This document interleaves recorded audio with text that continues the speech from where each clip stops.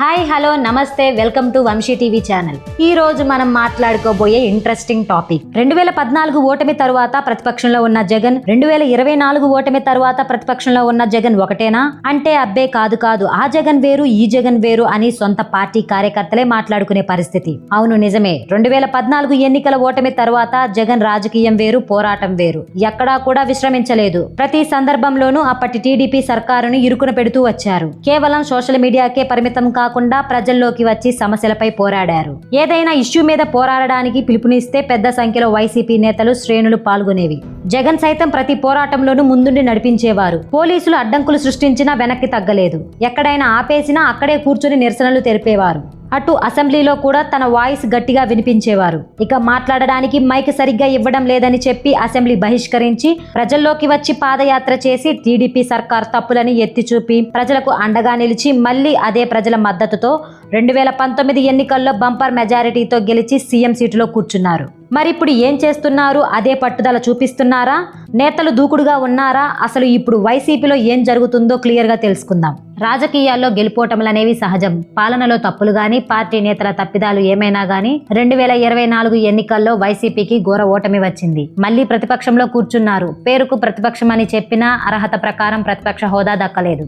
దీనిపై జగన్ ఎక్కువ ఫోకస్ పెట్టారు. నాకు ప్రతిపక్ష హోదా కావాలని పదే డిమాండ్ చేస్తున్నారు. అటు స్పీకర్ సహా కూటమి సర్కార్ 10% సీట్లు వస్తేనే ప్రతిపక్ష హోదా వస్తుంది. 11 సీట్లు వచ్చిన వైసీపీకి హోదా రాదని తేల్చేస్తున్నారు. ఏదేమైనా గానీ జగన్ కు ప్రతిపక్ష హోదా ఇవ్వరు. అలాంటప్పుడు దాన్ని పట్టుకొని వేలాడితే ఉపయోగం ఉండదు. హోదా అంటే ఏముంటుంది? అదనపు భద్రత, ప్రోటోకాల్స్, అదనపు జీతము, అసెంబ్లీలో ఎక్కువసేపు మైక్, ఇవన్నీ జగన్ చూడనివి కాదు కదా. వీటన్నిటికంటే ముఖ్యం ప్రజా సమస్యలు. పోనీ అసెంబ్లీకి వెళ్లడం లేదు. అలాంటప్పుడు ప్రజల్లో అయినా ఉంటే మంచిది కదా. అదేం ఉండట్లేదు. అప్పుడప్పుడు మీడియా ముందుకు వచ్చి కూటమి ప్రభుత్వంపై విమర్శలు చేయడం, లేదా జైలుకు వెళ్లిన వైసీపీ నేతలను పరామర్శించడం. పోనీ జైలుకి వెళ్లిన వైసీపీ నేతలు తప్పు చేయలేదా అంటే చేశారని సొంత పార్టీ వాళ్లే చెప్పే పరిస్థితి. ఈ కార్యక్రమాలు చూసుకొని బెంగళూరుకి వెళ్లిపోవడం, ఇంకా ట్విట్టర్ ద్వారా స్పందించడమే తప్ప ప్రజాక్షేత్రంలో ఉండడం లేదు. సరే, అందుకు ఇంకా సమయం ఉందిలే అనుకుంటే కనీసం పార్టీ నేతలైన ప్రజాక్షేత్రంలో ఉండాలి. వాళ్ళు ఉండట్లేదు. నేతలంతా మీడియాకే పరిమితం. వాళ్ళేమైనా ప్రజా సమస్యలపై మాట్లాడితే ఇబ్బంది లేదు. దాంతో పాటు ప్రత్యర్థి నాయకులని వ్యక్తిగతంగా టార్గెట్ చేసి మాట్లాడుతున్నారు. రోజా, అంబటి రాంబాబు, దువ్వాడ శ్రీను, గోరంట్ల మాధవ్, పేర్ని నాని, ఇంకా చెప్పుకుంటే కొందరు నేతలు అదే పనిలో ఉంటున్నారు. అప్పుడప్పుడు వీళ్ళేదైనా సమస్యలపై మాట్లాడితే వీళ్ళు గతంలో చేసిన కొన్ని తప్పుల వల్ల అవి ప్రజల్లోకి పెద్దగా వెళ్లడం లేదు.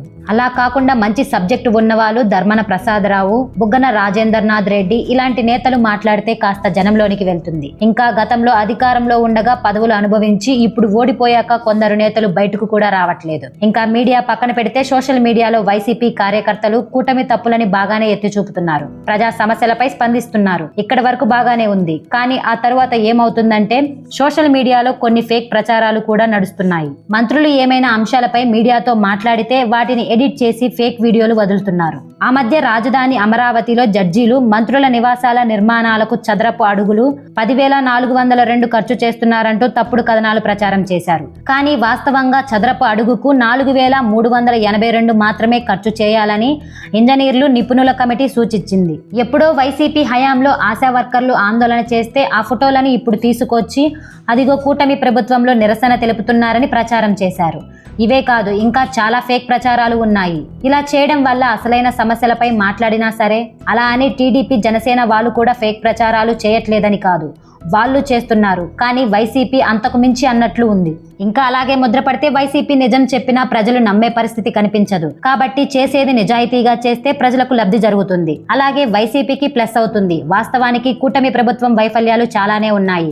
ఎమ్మెల్యేలు రేషన్, లిక్కర్, గ్రావెల్ ఇలాంటి వాటిల్లో అక్రమాలు చేస్తున్నారని ఆరోపణలు వస్తున్నాయి. ఇంకా చాలా హామీలు అమలులో లేవు. అభివృద్ధి మాటల్లో చెప్పినంత లేదు. నిరుద్యోగులు, రైతుల సమస్యలు ఇలా చెప్పుకుంటూ పోతే చాలానే ఉన్నాయి. వీటిపై పోరాటాలు చేయాలి. ఏదో కొన్నిటికి మొక్కుబడిగా పోరాటాలకు పిలుపునిస్తున్నారు. అందుకు వైసీపీ వాళ్ళు అలా కార్యక్రమాలు ముగించేస్తున్నారు.